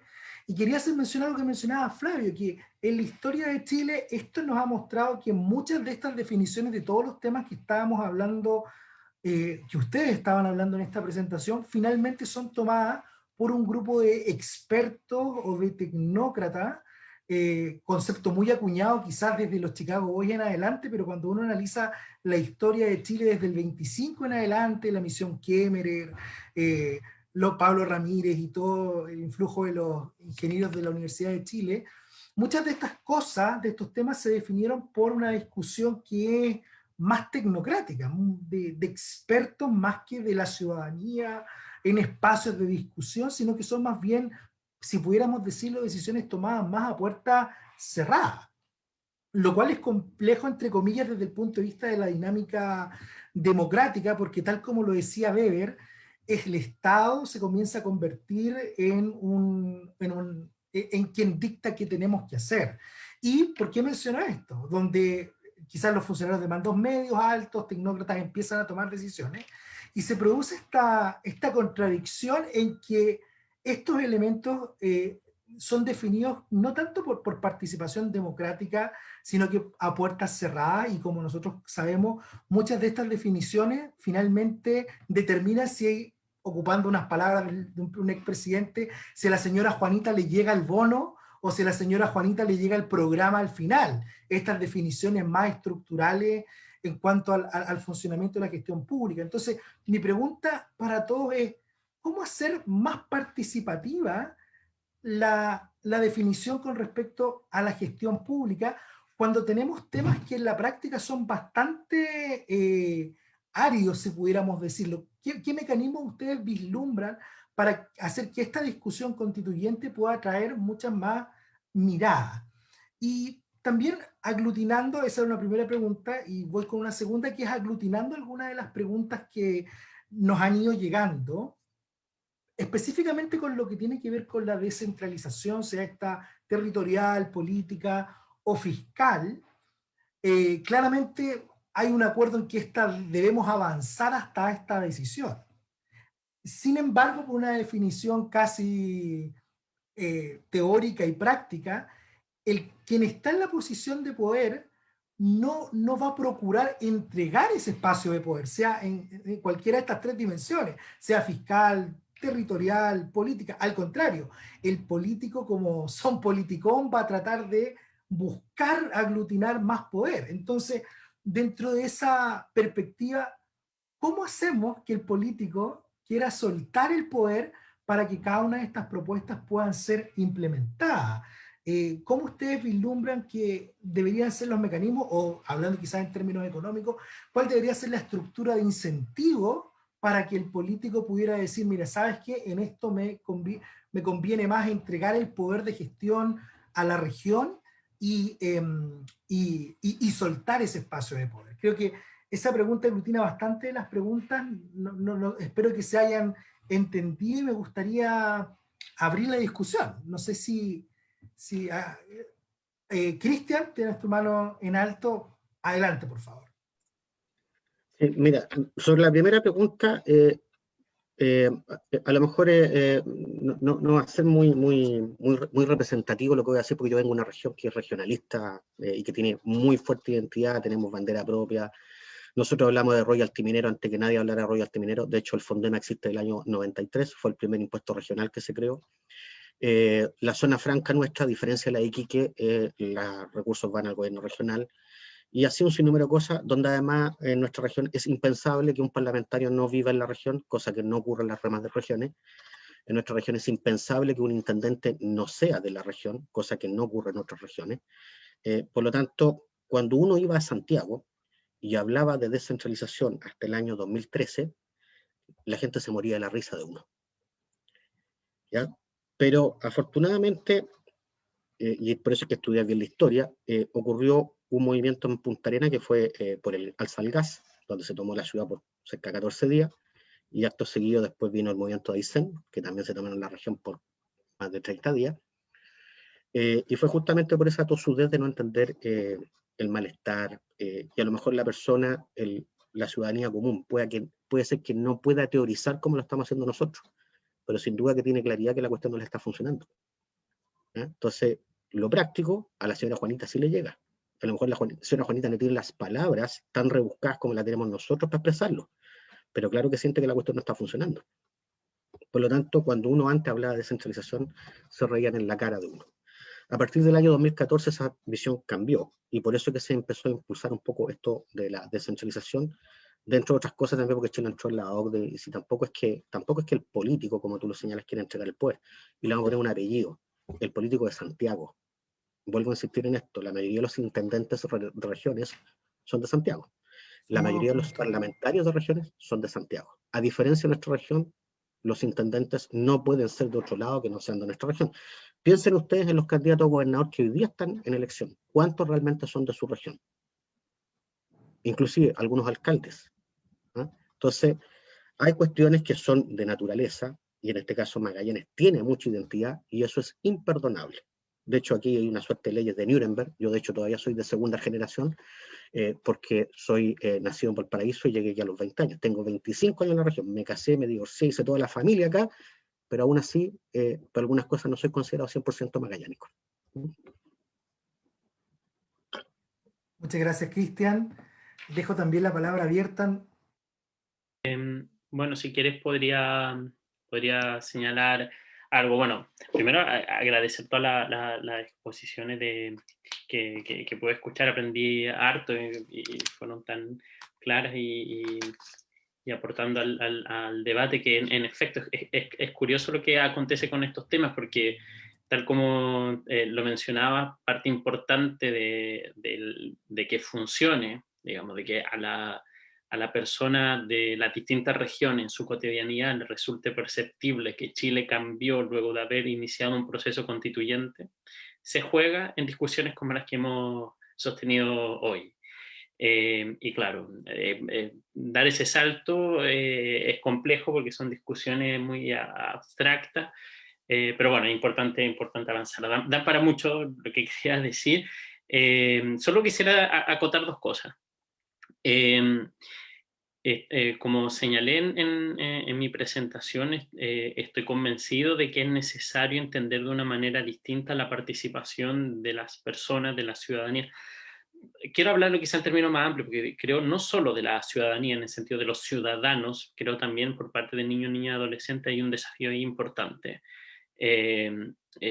Bueno, en la participación en la institucionalidad estatal. No puede seguir funcionando más o menos tal cual como está hoy, en el sentido de que la ciudadanía lo sienta como algo, o lo perciba como la institucionalidad, como algo que le resulta ajeno, digamos. Debe ser o aspirar a que podamos construir aquello que intentaba mencionar, que en el fondo es la idea del servicio público, de que sean ellos un lugar de igualdad, si la ciudadanía es un estatus de igualdad en el cual ese estatus se siente y se percibe como real, como perceptible en la cotidianidad. Para eso es necesaria una nueva relación con la participación. Lo que sí ahí me genera preocupación con el tema, sé que en algún momento se puso muy digamos, de moda sobre todo en lo administrativista, el tema de la participación ciudadana y la ley 20.500 y el principio de participación ciudadana en la ley de base. Es que si bien todo eso es cierto y hay un gran desafío ahí, también es cierto que existe, bueno, un sesgo de clase importante. No todos participan por igual porque no todos tienen las mismas herramientas para participar de la misma manera incidente en las decisiones públicas. Para dar un ejemplo, cuando la antigua superintendencia, ya no existe, la superintendencia de bancos e instituciones financieras hace un proceso participativo, no son usualmente los ciudadanos que tienen la cuenta RUT los que participan de forma decisiva en ese procedimiento, sino la asociación gremial de bancos. Entonces, ahí, digamos, es importante que repensarlo, pero también ahí hay un problema que digamos, no todo es tan digamos, a veces tan bueno como se le pinta. Y segundo, respecto al tema de la descentralización, solo me atrevería a avanzar lo siguiente. Creo que es fundamental también este tema, porque precisamente para que los servicios públicos en su despliegue territorial, las distintas organizaciones de la estatalidad local, generen aquello que estaba mencionando. Esta idea de que en los servicios públicos nos representamos como todos dignos e iguales, sea en la escuela pública, el hospital público o la agencia, el banco del Estado del pueblo respectivo. Para eso también es necesario un reentendimiento de la descentralización. Efectivamente, como mencionaba Cristian, la parte importante pareciese ser del estallido social se dio también precisamente por esto a nivel local, bueno, y muy unido también a conflictos medioambientales. Bueno, hay que entenderlo y ese es un gigantesco problema y hay que repensarlo. Bueno, aquí los que hablan saben mucho más que yo respecto de este tema y lo voy a decir. Lo que sí al igual que lo anterior, quisiera matizar con un cierto temor o sospecha que me genera, en el sentido de que en la agenda de reforma administrativa impulsada por el Fondo Monetario Internacional, como por la OCDE en su momento, siempre la descentralización fue un aspecto central. Y podría uno legítimamente en consecuencia sospechar que parte de la agenda de la globalización neoliberal estaba en impulsar una agenda en ese sentido. Entonces, a lo que voy, si bien es fundamental para reentender nuestra estatalidad en Chile, hay un problema y tenemos que reentender aquello, eso también me genera cierta sospecha o problema, porque evidentemente el Estado debe desplegarse de manera que sea, digamos, sensible a cada realidad y contexto local, pero que yo, y este es mi temor, y que creo, sospecho de dicha agenda, que no sea un mecanismo para debilitar la posibilidad de que el Estado impulse transformación social, que uno podría sospechar quizás está en la idea de esos tecnócratas que gobiernan la globalización neoliberal. Solo eso quisiera decir. Gracias. Muchas gracias, Flavio. Sergio, veo que tienes tu mano en alto y Angie. Sí. Muy interesantes las preguntas. Creo que me parece que están estrechamente relacionadas esto de cómo hacer más participativo y cómo hacemos que el político suelte el poder. Yo creo que una cosa tal vez, digamos, lleve a la otra y a su vez creo que son preguntas complejas. Yo respecto a la primera, cómo hacer más participativa la discusión en estos temas más complejos, más técnicos. Yo creo que aquí hay roles distintos que creo que es necesario asumir. Por lo pronto, la academia tenemos un rol y creo que con actividades de este tipo, de alguna manera, digamos, estamos mínimamente, digamos, ayudando a esto, a democratizar o a socializar, digamos, temas que de alguna manera se mantienen en nichos un tanto cerrados y que ha sido históricamente, digamos, la práctica, no solo, digamos, en el día a día de la gestión, sino que si uno revisa la historia constitucional chilena, ¿verdad? Y probablemente, y no quiero pecar de demasiado entusiasta, pero este proceso constituyente, digamos, tiene una diferencia importante a ese respecto. Recuerdo que, por ejemplo, temas de este tipo tributario o financiero en el ámbito de la Comisión Ortúzar, claro, era un grupo desde ya bien cerrado y las consultas que se hacían eran al Banco Central, al Servicio de Impuestos Internos y a organismos técnicos. No había participación ciudadana. Y si uno revisa la historia constitucional chilena, ocurrió algo similar, digamos, en los distintos textos, las distintas constituciones que hemos tenido. Y por lo mismo, insisto, creo que nosotros tenemos un rol importante, la academia tiene un rol importante, este tema no se agota en los constituyentes. Creo que nosotros debemos nutrir no solo a los constituyentes, naturalmente, sino que también bajar a la realidad, bajar a las personas, intentar, digamos, no solo socializar, sino explicar, digamos, de una forma tal vez más simple estas cuestiones que son más complejas, generar las motivaciones. Y yo creo que también, por otra parte, los ciudadanos, yo a veces le digo a mis alumnos, a mis estudiantes, les digo, mire, usted puede que no le guste esto, puede que no se dedique a estas materias, pero el tener una noción, alguna idea de esto lo hace mejor ciudadano. Y por lo tanto también, digamos, es necesario, claro, generar las motivaciones, pero que también exista la voluntad por parte de la ciudadanía y la conciencia de que en estos temas se juega buena parte de las decisiones finales y de las decisiones de fondo. Recuerdo a este respecto, solo por colocar un ejemplo, salía en uno de los informes del PNUD, creo, esta experiencia real, que era una ONG que se creó en la India para controlar el cumplimiento de los presupuestos. un poco la dinámica era parecida a la de Chile, es decir, en el mes de octubre y los últimos meses del año se discutía y era tema en la prensa, ¿verdad? El presupuesto, pero terminado ese proceso nadie se preocupaba, ¿verdad? En los hechos de fiscalizar que el presupuesto se cumpliera efectivamente durante el periodo correspondiente.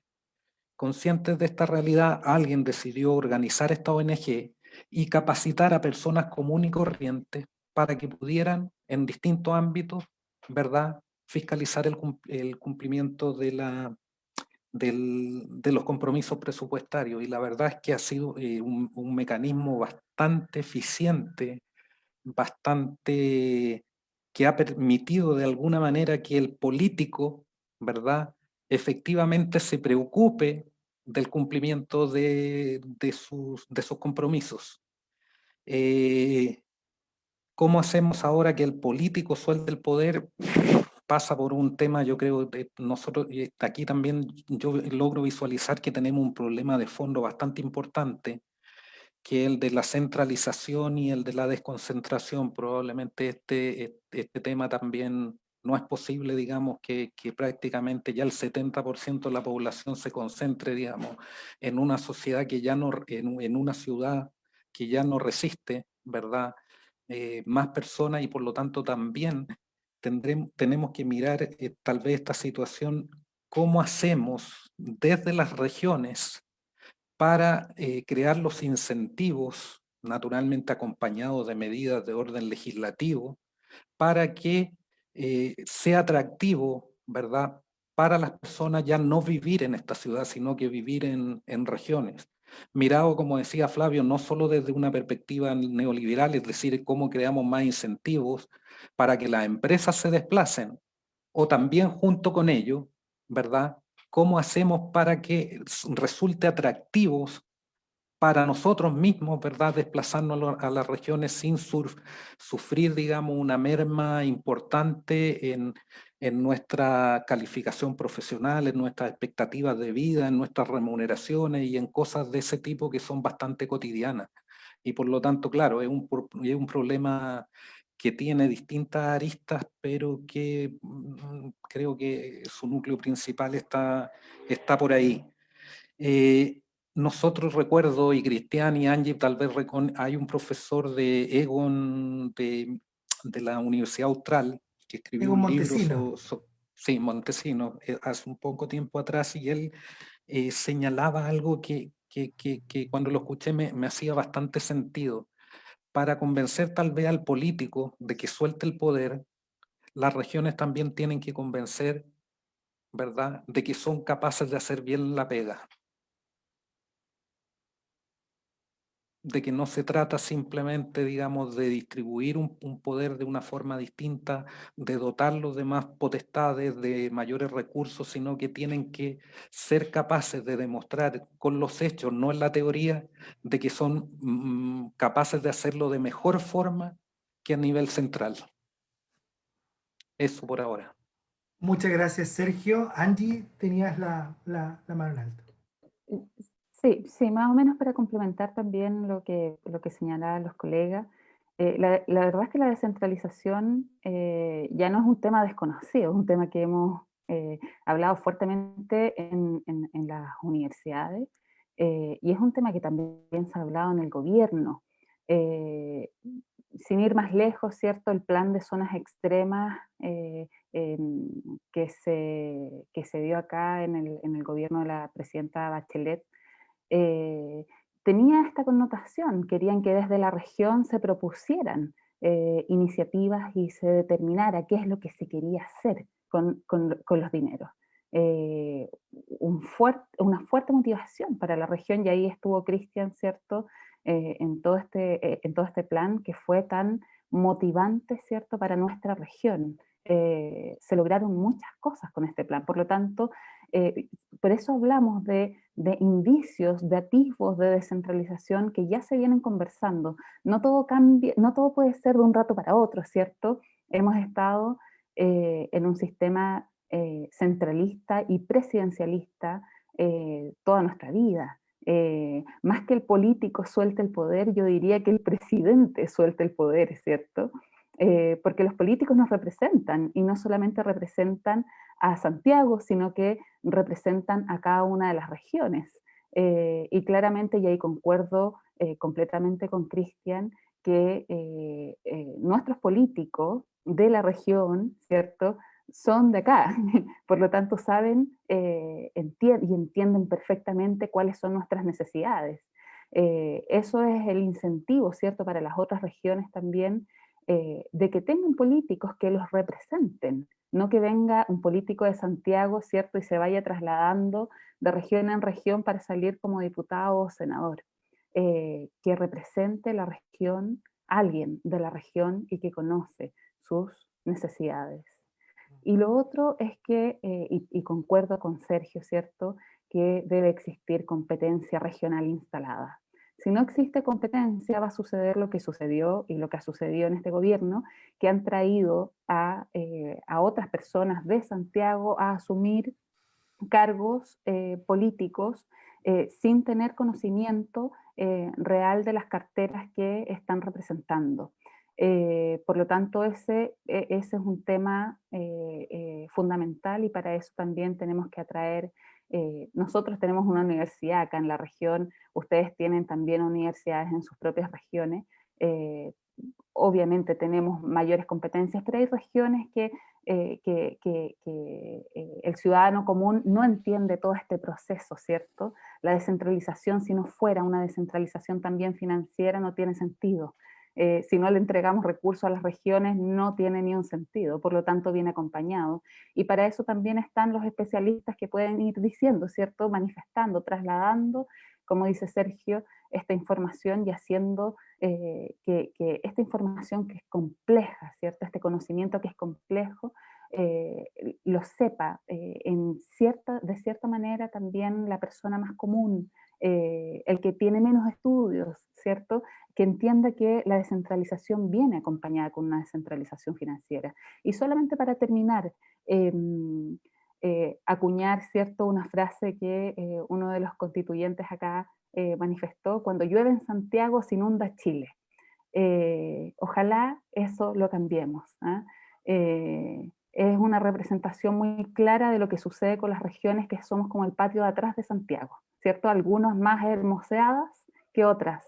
Esperamos que con estos cambios en la Constitución efectivamente la descentralización llegue para quedarse, y una descentralización desde todo punto de vista, porque en las regiones y en Magallanes, yo que hablo desde Magallanes, existe esta competencia instalada. Tenemos gente que se puede hacer cargo en forma completa de la administración de la región. Eso, Juan Pablo. Muchas gracias, Angie. Y para ir concluyendo, quiero rescatar dos preguntas. Una que en su formación, yo creo que de abogado nos va a ayudar bastante su respuesta. Dice: ¿creen que es posible definir a nivel constitucional el derecho fundamental a una buena administración en el contexto chileno? Si podemos llevar esta cuestión de la buena administración como un derecho fundamental, si están las condiciones para hacer eso. Y quiero cerrar con esa pregunta porque entiendo que Flavio después tiene una pregunta más, así que quiero dejar esta pregunta ahí en el tintero y luego, Flavio, te doy la palabra para tu pregunta. Juan Pablo, Cristian, por favor. Y después Sergio. Cristian me da el pase, es que tiene que ver con lo anterior. Quería complementar, y también respecto de, yo creo que también hay que ser consciente de las dimensiones del debate, y esto tiene en el fondo la discusión de estos aspectos técnicos que tú señalabas. En el fondo es la discusión sobre el modelo de Estado y el modelo de organización que queremos darnos, que va a ser sin lugar a duda, digamos, un debate importantísimo en el marco de la nueva Constitución. Y a este respecto, por eso digo, creo que nosotros tenemos el deber en cuanto académico de denunciar ciertas prácticas y prácticas de los políticos.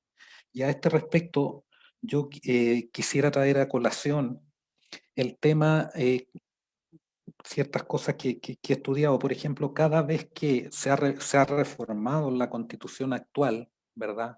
Llámese la reforma del año 1991, la reforma del año 2005, y en el sentido de pretender, ¿verdad?, introducir mayores niveles de descentralización también fiscal, y especialmente fiscal, el argumento que uno puede, y esto lo puede encontrar uno en la historia de la ley, en el debate parlamentario, ¿sabes cuál es el argumento que recurrentemente se trae a colación por los políticos? El miedo al ensayo federal. Es decir, un miedo respecto de un ensayo que ni siquiera se implementó, pero existe el miedo que la descentralización, y los políticos de verdad hacen eco de esta situación, de que descentralización es igual a Estado federal. Y esa es una falacia, y yo creo que eso hay que decirlo. Es decir, perfectamente un Estado unitario puede tener niveles de descentralización distintos a los que tenemos hoy por hoy a nivel fiscal, sin dejar de ser, digamos, un Estado unitario y sin detener el control de algunas cosas que no se quiere soltar, digamos, por parte de los políticos a nivel central. Pero hay un tema también, como digo, discursivo, de jugar con los miedos, de jugar con la historia, pero con una historia un poco, claro, manejada en razón de los propios intereses. Eso quería complementar respecto a la pregunta que hacemos para que el político juegue el poder. En este sentido, habría que hacer que efectivamente no juegue con estos argumentos, no juegue con el miedo respecto de experiencias, digamos, que se dieron en otro contexto, en otra realidad, en otra situación y en otro momento de la historia de Chile. Si quieres, después vuelvo con el tema de la buena administración, para darle la palabra a Cristian. Cristiana, adelante, por favor. Sí, bueno, esto de la buena administración, y a propósito además también, y que bueno el último comentario que hizo Sergio, pero yo insistir en algo, si este temor a la mala administración, ese es un discurso de la oligarquía, y la oligarquía santiaguina particularmente, no es de las regiones, porque insisto, cuando uno escucha estos debates parlamentarios, ¿cuántos de esos parlamentarios realmente son de región y conocen a su región? Hay muchas cosas que se miran menos las regiones. Se dice que las regiones no tienen el recurso humano y la capacidad instalada para hacer determinadas cosas. Yo he trabajado en la empresa privada, y en las empresas privadas donde he trabajado siempre hemos sido primeros en implementar una serie de cuestiones que en Santiago no son capaces de implementarlas. Entonces, yo tengo la experiencia de saber de que no es cierto que en Santiago está lo mejor de lo mejor. En Santiago hay mucho, pero no es lo mejor del país. Entonces, el discurso acá es oligárquico, es centralizado, y es porque, claro, se tiene el miedo a perder el poder. Pero cuando uno ve el tema de los derechos fundamentales y el derecho fundamental a tener una buena administración, si tuviésemos una buena administración no hubiese ocurrido el estallido social. Entonces, claramente nuestro modelo presidencialista está un poquito agotado, bastante agotado. Pero además el modelo de Estado, y ese modelo de Estado es este Estado unitario, donde la descentralización es un capítulo de la Constitución. O sea, es como que fuera la excepción. Y por si acaso, ahí para la región hay un capítulo. O sea, hay 14 capítulos que hablan del poder central de Santiago y solo un capítulo que habla de las restantes 15 regiones. Entonces, también hay una cuestión que hay que dar vuelta acá y hay que entender primero que todo que la única forma que a usted le garantiza los derechos no es que lo escriba en la Constitución, es la institucionalidad y la forma que usted tiene de elegir a sus representantes en esa institucionalidad. Eso es descentralización. Pero si no tenemos, usted puede escribir todos los derechos que quiere, todos los derechos que quiera. De hecho, hoy día esta Constitución tiene varios derechos que son demandas sociales. Tiene el derecho al medio ambiente libre de contaminación. Y sin embargo, una de las demandas que queremos otra vez colocar lo mismo que ya está escrito. Si el problema no son los derechos, el problema es la institucionalidad precaria que tenemos, que es oligárquica y que está pensado solamente para un grupo de poder y para concentrar ese poder, pero no realmente expresa la realidad de las regiones. Vamos a empezar a tramitar, y perdone que lo diga aquí, con el dolor del corazón que uno siente también como papá cuando hay homicidio y estos asaltos violentos, pero se va a hacer una ley por un hecho que ocurrió en Santiago. Y sin embargo tenemos miles de casos en regiones de problemas de transporte y no hay una ley de transporte. Entonces, claramente también hay una cuestión de opinión pública. Cuando uno ve las noticias, vamos a ver media hora de un taco en Santiago. ¿Cómo puede ser noticia que hay un taco en Santiago? ¿Cómo puede ser eso noticia nacional? Entonces, también hay que entender que estamos permeando a través de los medios de comunicación a las regiones para colocarle un discurso como que todo gira en torno a Santiago. Por eso que hay un montón también de canales regionales y uno prefiere ver noticias locales a estar mirando las pantallas nacionales, porque en realidad pasar que hubo un problema en el metro, cuando yo no tomo nunca el metro, no me interesa. Entonces, no puede ser noticia nacional esa cuestión. Y no se pueden hacer leyes por cosas que pasan en Santiago. Se tienen que hacer leyes por cosas que pasan en el país. Wow, qué interesante intervención, muy importante. Flavio, Sí. te doy la palabra, sí. Gracias. Quisiera decir, bueno, vamos a colgarme la pregunta sobre el llamado derecho a la buena administración, que supongo iba dirigida a que hace poco la Contraloría lo mencionó en uno de sus dictámenes antecedentes, porque hay un trabajo de una profesora, se publicó en la revista de Derecho Público, sobre que tiene la idea de construir desde ciertas disposiciones de la Constitución un derecho a la buena administración. Para introducir un ordenamiento jurídico chileno. Y bueno, antecedente de eso también la reseña que escribió un profesor precisamente de la Universidad de O'Higgins, profesor Salazar, no sé si, bueno, en la revista de la Contraloría, reseñando un libro recientemente publicado, el año pasado, si no recuerdo, precisamente sobre el tema del derecho a la buena administración. Ese derecho es un derecho que proviene del derecho de la Unión Europea, que se consagró dentro del catálogo de los derechos fundamentales de la Unión, y que aspira, o sea, más que aspira, un derecho no aspira, digamos, sino que está redactado de manera tal de que contiene un conjunto de garantías de las personas ante la administración. Y bueno, lo que hizo en ese trabajo y la introducción que luego se introdujo también por la reseña del profesor Salazar, es como quizá abrir la posibilidad de pensar de introducir esa figura en nuestro ordenamiento jurídico. Yo creo que es una discusión interesante de distintos sectores políticos. Se ha propuesto incluir ese como un nuevo derecho dentro del catálogo, que sería, podríamos decir, un específico derecho administrativo en la Constitución, que en el fondo son derechos que hoy en día están en la Ley de Procedimiento Administrativo, en el fondo. Y que se han reconocido jurisprudencialmente de otras maneras. Pero no sé, admito un poco reacio a esto de los injertos extranjeros, porque muchas veces sirven para introducir otras cosas y operan con otras lógicas, pero bueno, entiendo que para ahí iba el tema. Sé que varios sectores políticos lo han propuesto y eso va a estar abierto en la discusión constitucional.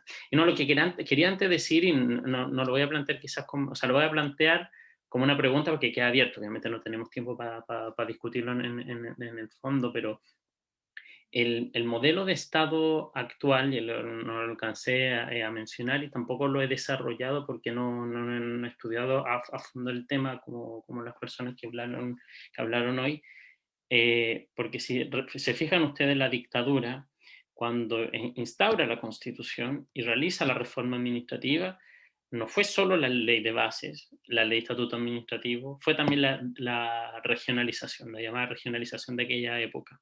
Claro, fue algo atenuada, modificada la reforma del 91, y sufrió una profunda también transformación o modificación en el gobierno anterior, que llevó reforma constitucional también y que bueno, que pronto va a entrar en vigencia. Entonces ahí mi duda es, la dejo abierta quizás para la reflexión aquí de los expertos en regionalización, si ese influjo que se hizo en el gobierno anterior, del gobierno de la presidenta Bachelet, que se hizo en un contexto de la práctica constitucional del gobierno, de la constitución anterior, resuelve del todo lo que, bueno, Chile demanda hoy, porque pre y post estallido social, en un contexto de un proceso constituyente, creo las preguntas y las posibilidades ya son distintas, entonces quizás eso también habría que repensarlo, y quizás pensar una nueva descentralización de la nueva Constitución como parte de esta nueva estatalidad chilena que surge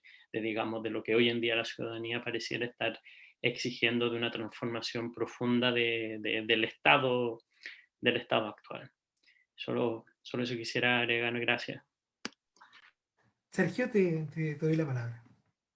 Y respecto al derecho, digamos, a la buena administración en la Constitución. Yo entiendo que la pregunta va dirigida, digamos, a la cuestión se coloca, digamos, si se consagra expresamente o no en la Constitución este derecho a la buena administración. Yo creo que la discusión, como planteaba Flavio, está servida. Hay argumentos a favor y en contra, digamos, de una consagración expresa de la misma. Pero a mí se me viene a la mente, sin tener, digamos, una opinión completamente formada. Yo creo que, o me haría la siguiente pregunta, digamos, ¿sería tan efectiva, digamos, la consagración expresa de de un derecho de este tipo sin que existan las garantías que aseguren el cumplimiento del mismo?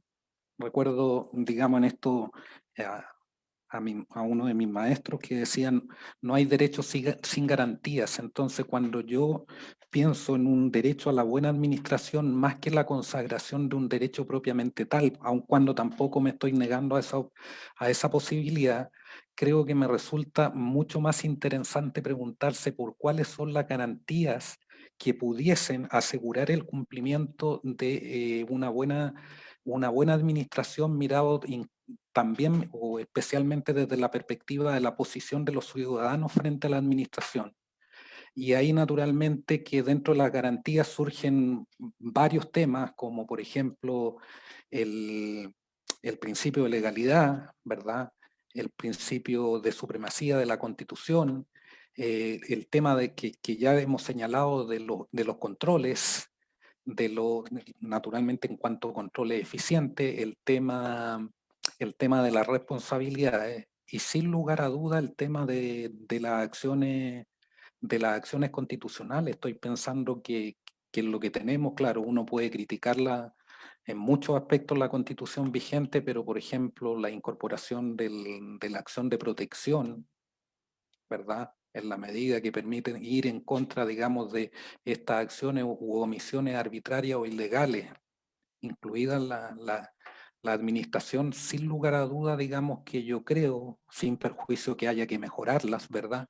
Que van en esta línea precisamente de tener una buena administración del Estado y consecuentemente, naturalmente, que el ciudadano perciba, ¿verdad? Que ese derecho se materializa no simplemente, digamos, digamos, en la tinta de letra que se consagra el derecho en la Constitución. Esa es mi visión sobre este tema. Muchas gracias, Sergio. Angie. Sí, respecto a esto mismo, en cuanto a este derecho a la buena administración, ¿cierto? Que viene copiado, ¿cierto? De otros países, que se traslada finalmente como un deber fundamental del funcionario público. Desde mi punto de vista, existen hoy día mecanismos de sanción a esta mala administración. Tenemos sumarios administrativos de la ley de base, juicios políticos, protecciones. Lo que sucede y lo que sí debe existir es que debe funcionar, ¿cierto? Estos procedimientos. Se debe dotar de mayor poder a los órganos que lo persiguen, que persiguen esta buena administración. Lo importante, a mi juicio, y que es lo que sucede en países desarrollados, es establecer, y aunque suene un poco populista, ¿cierto? Sueldos máximos a los funcionarios del Estado, a políticos, que les permita finalmente vivir más en la realidad. Y que efectivamente va alejado a esta buena o mala administración, porque la buena administración no se premia, es algo que hay que hacer cuando uno asume un cargo público, y la mala administración se sanciona, y hoy día se sanciona. Sin embargo, creo que lo más importante tenemos que mirar, ¿cierto?, cómo nosotros estamos trasladando la representación de la gente, ¿cierto?, de las personas, en políticos que están totalmente ajenos a la realidad, en funcionarios públicos que están que los sacamos de la realidad, porque vienen de realidades normales, de un ciudadano medio, ¿cierto?, que finalmente los sacamos de esta realidad y por mucho tiempo, y finalmente no logran trasladar a la legislación lo que realmente se necesita, y se preocupan de cosas que en realidad no nos interesan como chilenos. Entonces, más que eso, más que hablar, ¿cierto?, de este derecho a la buena administración, hay un montón de otros derechos que se requieren y que requieren ser incorporados, pero la buena administración hoy día la tenemos instalada como una premisa, y también con sanciones que son correlativas.